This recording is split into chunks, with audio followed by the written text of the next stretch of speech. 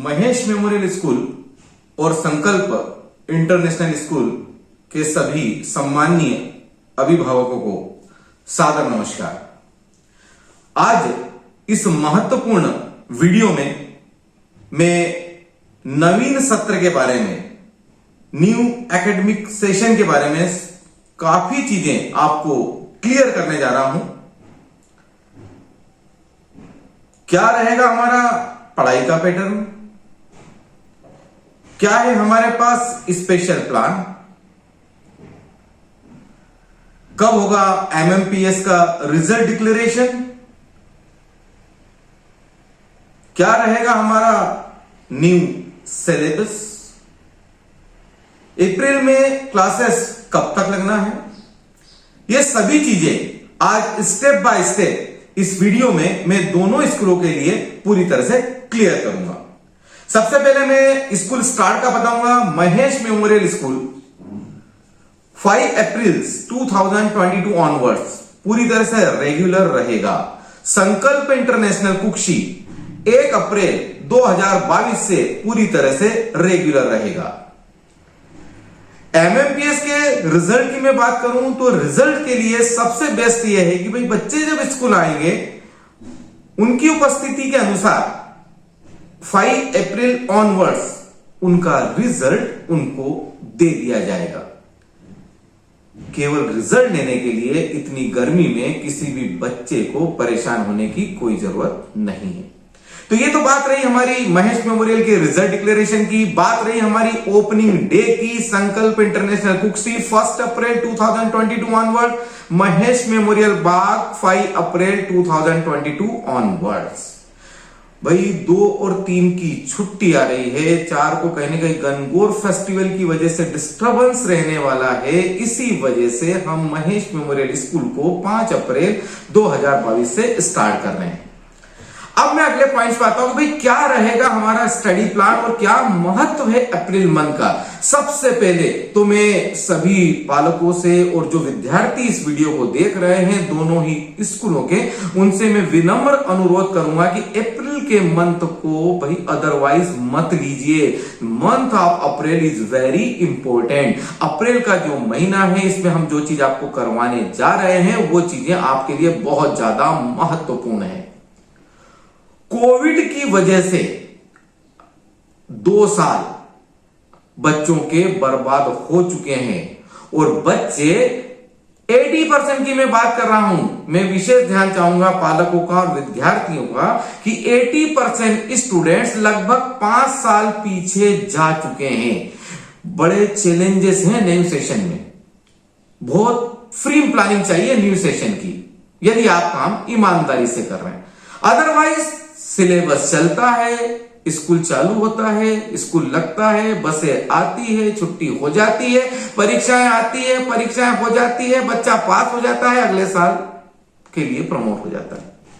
ये एक सिस्टम है, लेकिन अब इस सिस्टम को कहीं ना कहीं छोड़ना होगा। कुछ काम करने के तरीकों को बदलना होगा। आज मैं उन तरीकों की भी बात करूंगा कि भाई महेश मेमोरियल और संकल्प अब किस तरह से काम करने जा रहे हैं।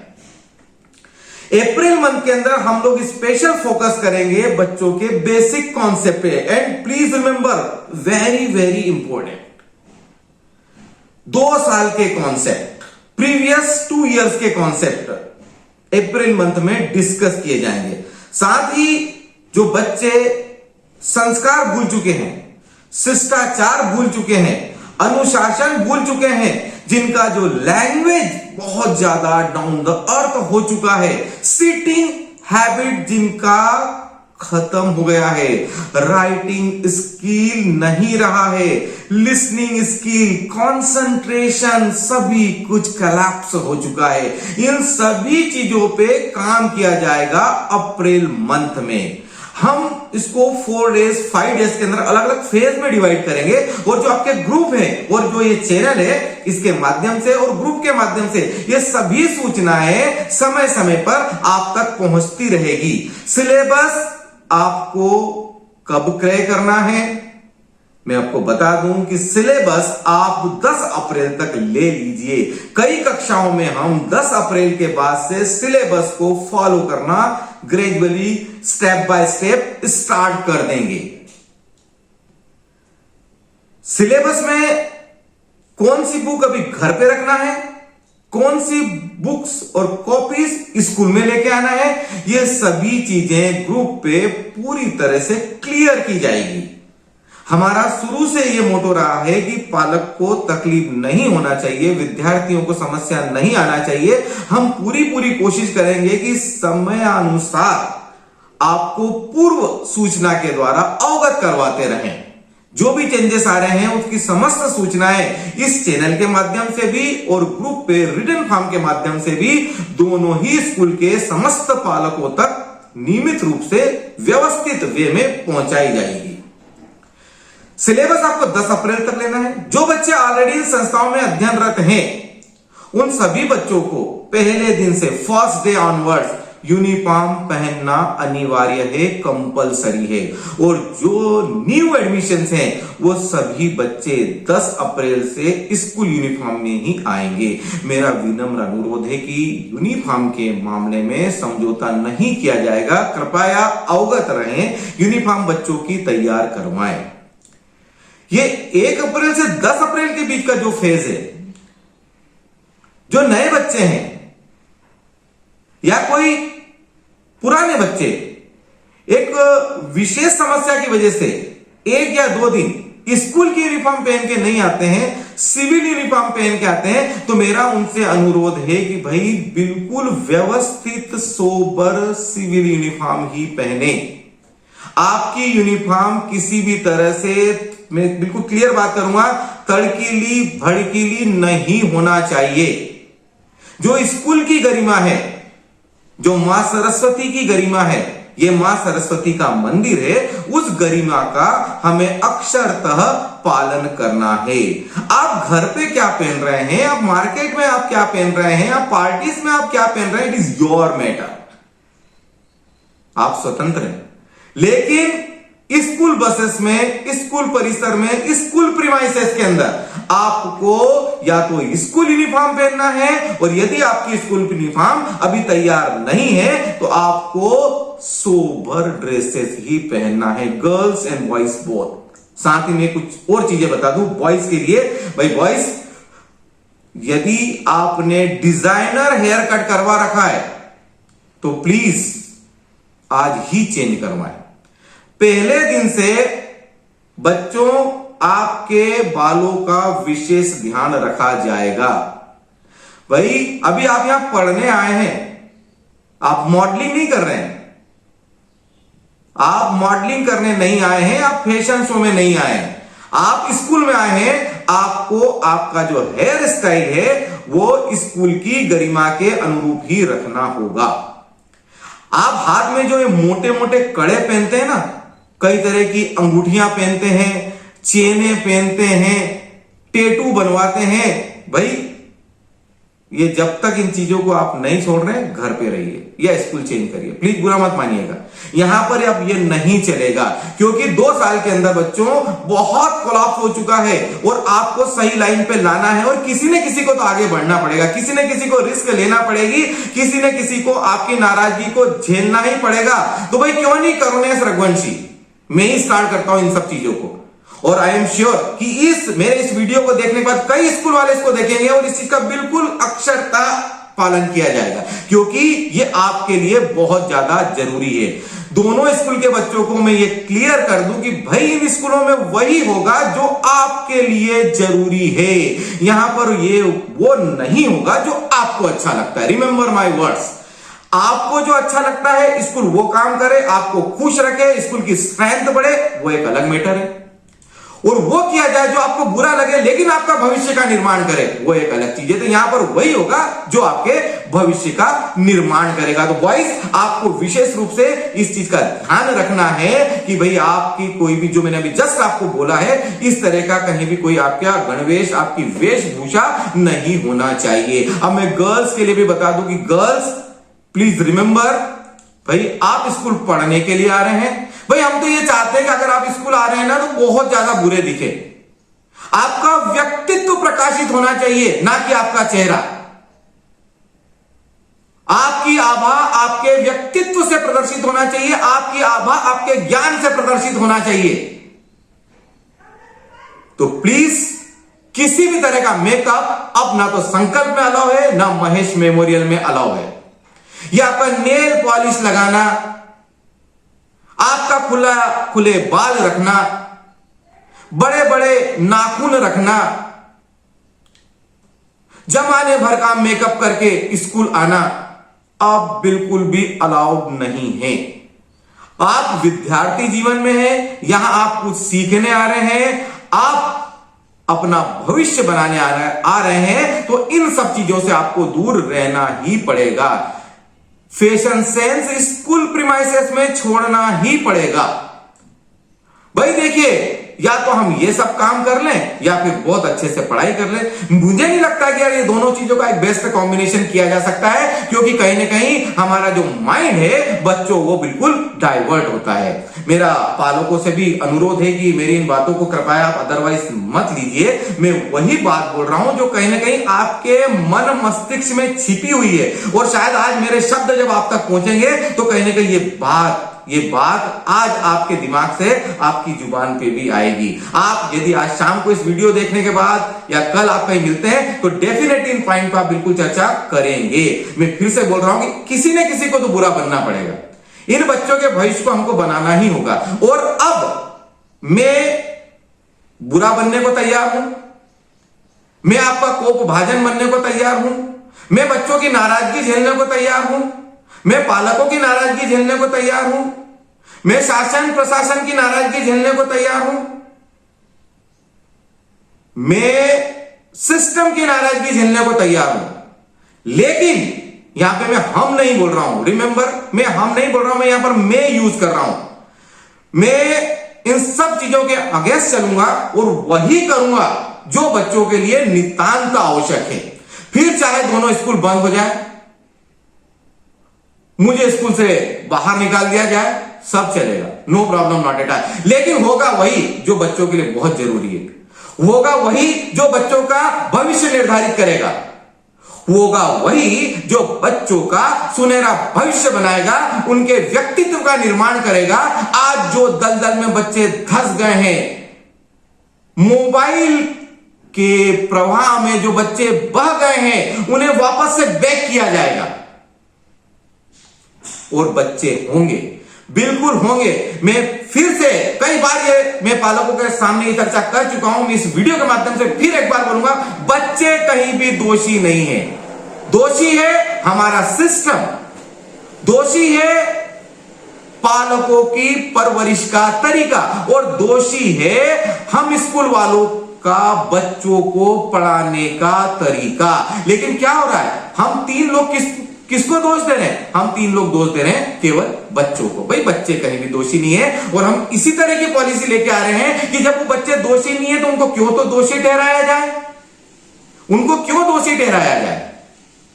भाई ये तो बात वो हो गई ना कि करे कोई और भरे कोई, गलती हम कर रहे हैं, दोषारोपण बच्चों पे।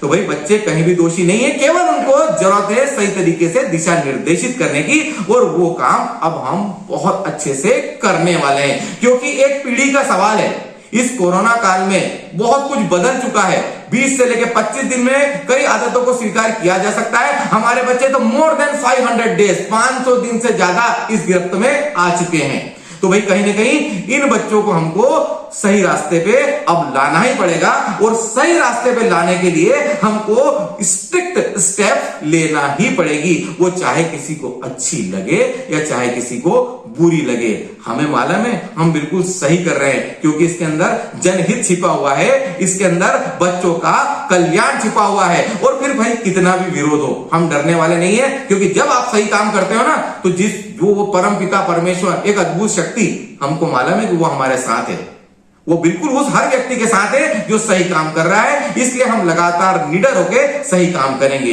एक चीज और मैं क्लियर करूं कि भाई अब इन दोनों स्कूल्स के अंदर हर कक्षा के अंदर बच्चे फेल होंगे, हर कक्षा कक्षा के अंदर बच्चों को सप्लीमेंट्री आएगी। अब आप मेरे से बोलेंगे सर आप शासन के विरुद्ध नहीं जा सकते, जो शासन ने बोला वो तो आपको करना ही पड़ेगा। मैं बिल्कुल आपसे सहमत हूं, हम शासन के विरुद्ध नहीं जा सकते, शासन ने जो बोला वो हमको करना पड़ेगा।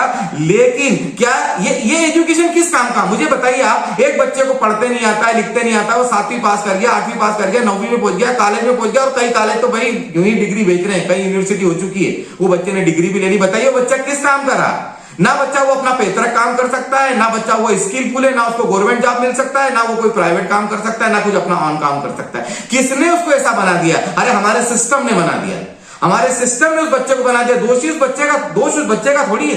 बाद में जाके हम उसको दोष देते हैं, तू यहां तक आएगा, तेरे को कुछ नहीं आता है। अरे कहां से आएगा भाई? आपने कुछ प्रयास किए हैं क्या? आपने सही तरीके से प्रयास ही नहीं किए, आपने प्रयास ही नहीं किए। हमको कहीं के स्टेप्स लेना पड़ेगी। और यहां पर अब यह होगा कि जिन पालकों को लगता है कि बच्चा हमारा बहुत कमजोर है, लेकिन हम चाहते हैं कि बच्चा प्रमोट हो, बच्चा पास हो, तो मैं उन पालकों को सेशन चालू होने के पहले ही ये बताना चाहूंगा कि बेटर रहेगा कि आप बिल्कुल पास की मार्कशीट ले लीजिए और उन बच्चों को 1 साल पूरा होने के बाद किसी अन्य ऐसी संस्था में शिफ्ट कर दीजिए जहां पर बच्चा पढ़े या ना पढ़े, नियमों की दुहाई देके लगातार उसको पास कर दिया जाए।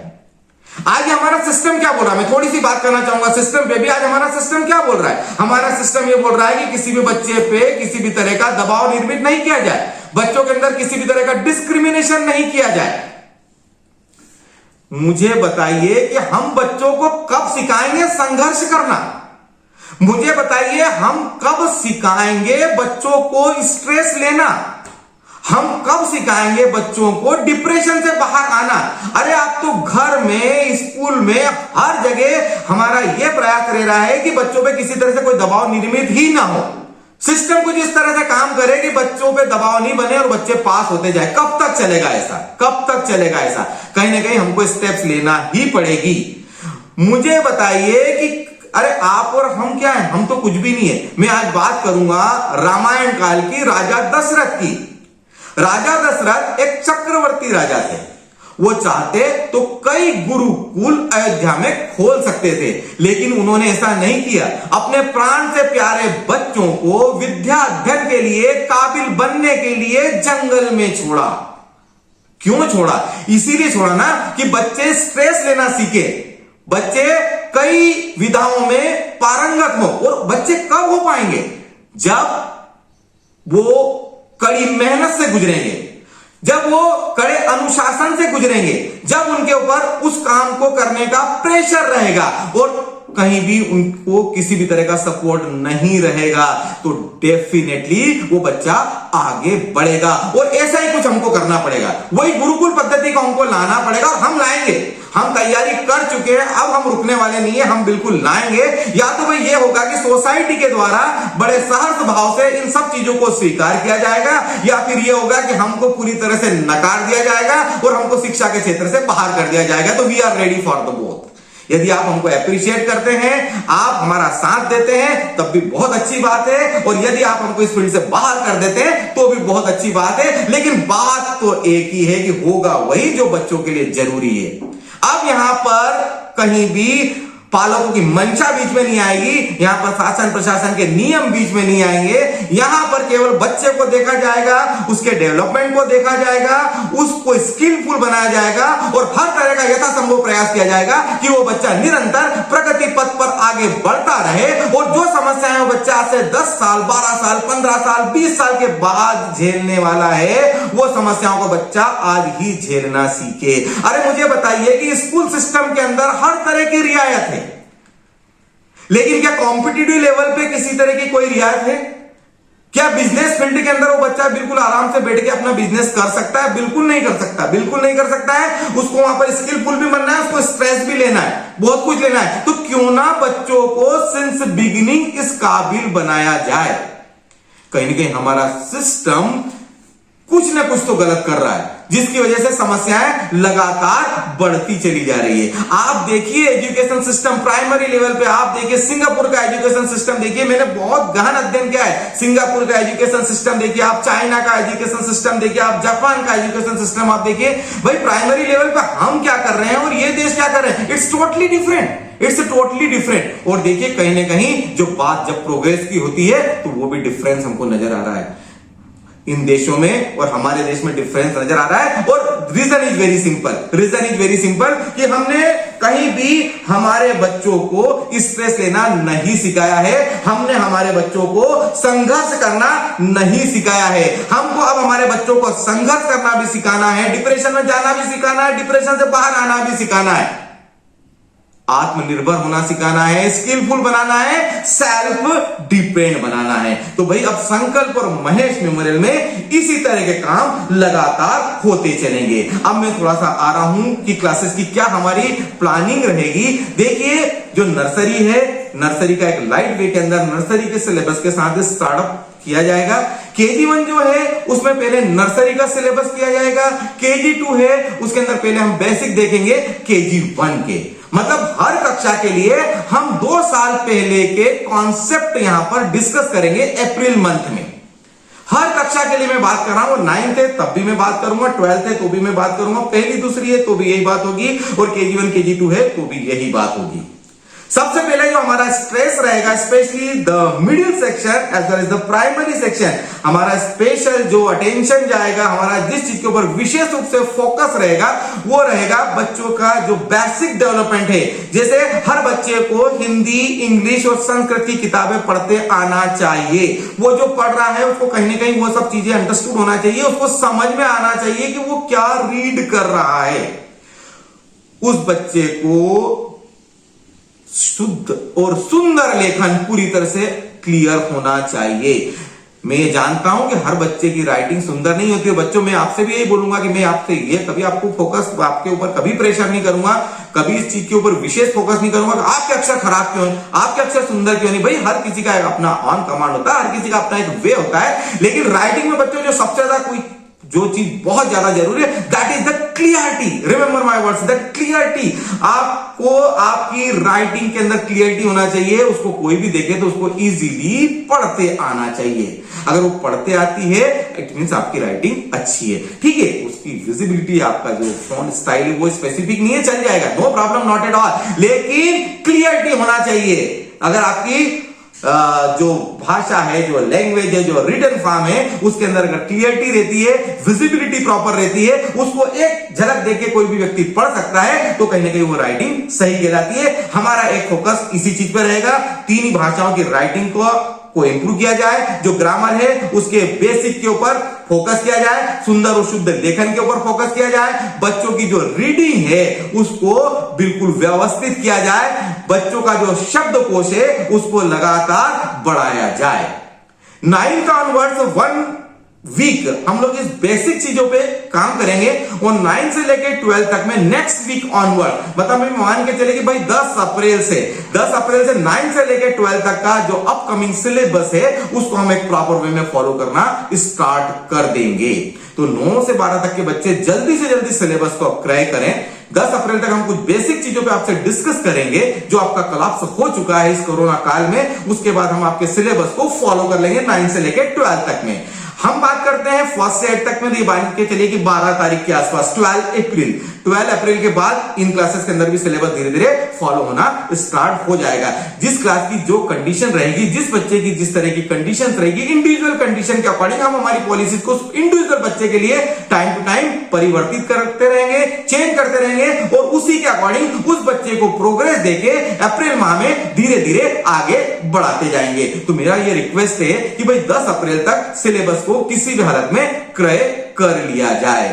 एक और रिक्वेस्ट है कि 2 साल के अंदर सिलेबस के अंदर बहुत ज्यादा चेंजेस आए हैं, तो मेरा ये निवेदन है कि अगर आप पुरानी किताबें लेते हैं तो कहीं ना कहीं बच्चों आप सफर करेंगे कि भाई 3 साल से वही किताबें मैक्सिमम स्टूडेंट के पास चल रही है और सिलेबस के अंदर एक चेंज आया है। तो थोड़ा सा ध्यान रखें, सिलेबस को पूरी तरह से वेरीफाई करें, कहीं ऐसा ना हो कि उस सिलेबस को क्रय करने के बाद आप परेशानी के अंदर आ जाए। जो मैं बता रहा था आपको कि अप्रैल मंथ में बेसिक कॉन्सेप्ट के ऊपर हमको स्पेशली काम करना है। अब बच्चों को क्या लेके आना है, ये क्लास वाइज अलग अलग वे रहेगा, और इसकी सूचना आपको ग्रुप पे बिल्कुल व्यवस्थित मिलती रहेगी। आप बिल्कुल मींस डोंट बॉदर, आप बिल्कुल भी चिंता मत करिए, बिल्कुल भी परेशान मत होइए। बस निवेदन एक ही है कि भाई ग्रुप की एक्टिविटीज पालक देखे, बालक नहीं देखे, बालक नहीं देखे, बालकों को तो मोबाइल से दूर करना है, लेकिन पालक जरूर देखे बच्चों को क्या लाना है, कब क्या होने वाला है। समय समय पर हम ये सभी चीजें आपके ग्रुप में अपडेट करते रहेंगे। अभी इस वीडियो में मैं इसलिए नहीं बता सकता कि हर क्लासेस के लिए अलग अलग प्लान है, जो मोस्ट प्रोबेबली कल आपके ग्रुप पे पब्लिश हो जाएगा। सिलेबस की लिस्ट भी उस ग्रुप के ऊपर पब्लिश हो जाएगी। आगे हम बढ़ते हैं जून ऑनवर्ड्स स्कूल सिलेबस को पूरी तरह से फॉलो कर लेगा।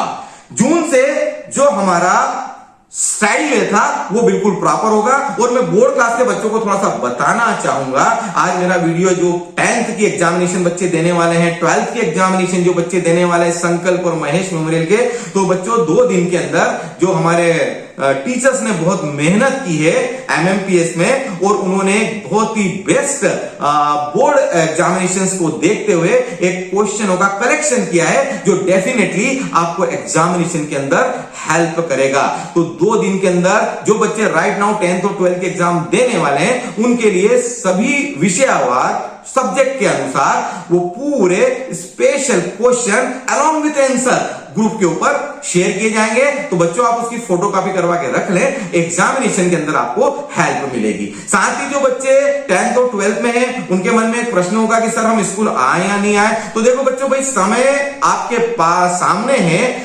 गर्मी की स्थिति आपके सामने है, आपने कितनी तैयारी की है ये भी आपके सामने है। सेल्फ स्टडी का आपका टाइम टेबल आप कैसे बना रहे हैं ये आपके ऊपर डिपेंड करता है। आपको किसी भी तरह की मदद की जरूरत पड़े तो I am with you, no problem, not at all. लेकिन अपना एक सेल्फ प्लानिंग करें, सेल्फ स्टडी के ऊपर आप ज्यादा से ज्यादा फोकस दें और डाउट सेशन के लिए स्कूल आए, that would be better only. क्योंकि देखिए अभी क्या होने वाला है, 1 अप्रैल से 2 10th होने वाली है, 2 12th होने वाली है। जो बच्चे 9 से 10th में आ चुके हैं वो 10th तो है, जो बच्चे ऑलरेडी 10th में अध्ययन करते हैं वो 10th भी है। तो भाई कहीं ना कहीं हम पूरा प्रयास करेंगे, पूरी कोशिश करेंगे जस्टिस करने की, लेकिन फिर भी कहीं ना कहीं थोड़ा सा अप डाउन तो डेफिनेटली आना है, क्योंकि टीचर्स भी उस समय बहुत ज्यादा बिजी रहेंगे। सो बेटर ये रहेगा कि जो बच्चे 10th और 12th में यदि वो डाउट सेशन के लिए स्कूल आएंगे तो वो उनके लिए सबसे ज्यादा फायदेमंद है। ये मत सोचिए आपकी जो स्कूल में कराएंगे अब हम वही करेंगे, जो हमारे टीचर बोलेंगे वो करने वाले। भाई ये तो मैं आपको सब ग्रुप पे भेज रहा हूं, ये सभी चीजें सब्जेक्ट वाइज मैं आपके ग्रुप पे भेज रहा हूं, तो जहां से आपका ये प्रॉब्लम तो नहीं रहेगा कि हम क्या करें। ऑलरेडी कई बार आपको गाइड किया जा चुका है, लेकिन एक बार फिर से सभी सब्जेक्ट के क्वेश्चन आप तक पहुंचाए जाएंगे। अपना एक सेल्फ बेस्ट प्लान तैयार करिए, उसके अकॉर्डिंग स्टडी आप स्टार्ट करिए, और अप्रैल माह में जब आपके जो भी डाउट्स आ रहे हैं उस डाउट्स के लिए आप स्कूल आइए। लेकिन अननेसेसरी अपना समय बच्चों बिल्कुल बर्बाद मत करिए। मैं यहाँ पॉइंट देख रहा हूं जो मैंने लिखे हैं, मुझे लग रहा है कि लगभग सभी चीजें क्लियर हो चुकी है। अप्रैल के अंदर हम क्या करने वाले हैं मैं आपको ये बता चुका हूं। सेशन हमारा कब से चालू होने वाला है ये चीजें बिल्कुल क्लियर हो चुकी है।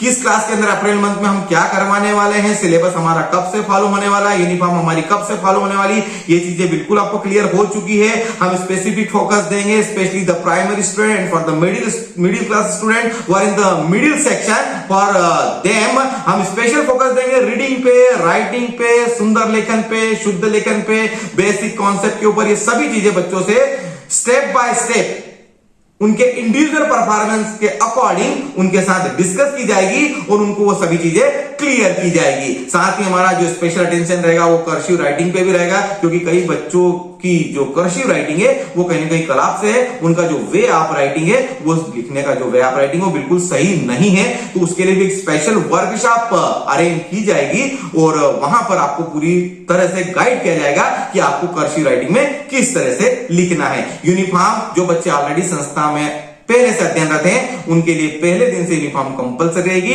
अन्य सभी विद्यार्थियों के लिए 10 अप्रैल से यूनिफॉर्म कंपलसरी रहेगी। आपको बिल्कुल सोबर वे के अंदर आना है, बॉयज और गर्ल्स को विशेष रूप से ध्यान रखना है। भाई जो मैं सब चीज बहुत इलॉबरेटली आपसे डिस्कस कर चुका हूं, मुझे नहीं लग रहा है कि वापस इस चीज को रिपीट करना है। तो जब भी आप स्कूल आए तो अपने गणवेश, अपनी वेशभूषा का, अपने लुक का विशेष रूप से ध्यान रखिए। पालकों से अंत में इतना ही कहना चाहूंगा, हमारा पूरा प्रयास रहेगा कि कोरोना काल की हम भरपाई कर सकें। अप्रैल मंथ इस वजह से बहुत ज्यादा महत्वपूर्ण है। भाई बहुत लंबी छुट्टियां बच्चे मना चुके हैं। मेरा संकल्प इंटरनेशनल इंटरनेशनल के सभी सम्मानीय अभिभावकों से और महेश मेमोरियल स्कूल के सभी सम्मानीय अभिभावकों से करबद्ध विनम्र निवेदन है कि बच्चों की रेगुलरिटी का विशेष रूप से आप ध्यान रखें और बच्चों को नियमित रूप से अप्रैल माह में भी स्कूल भेजें। Results would be yours as per your wish and will. Thank you. जय हिंद। सिखाए तुझे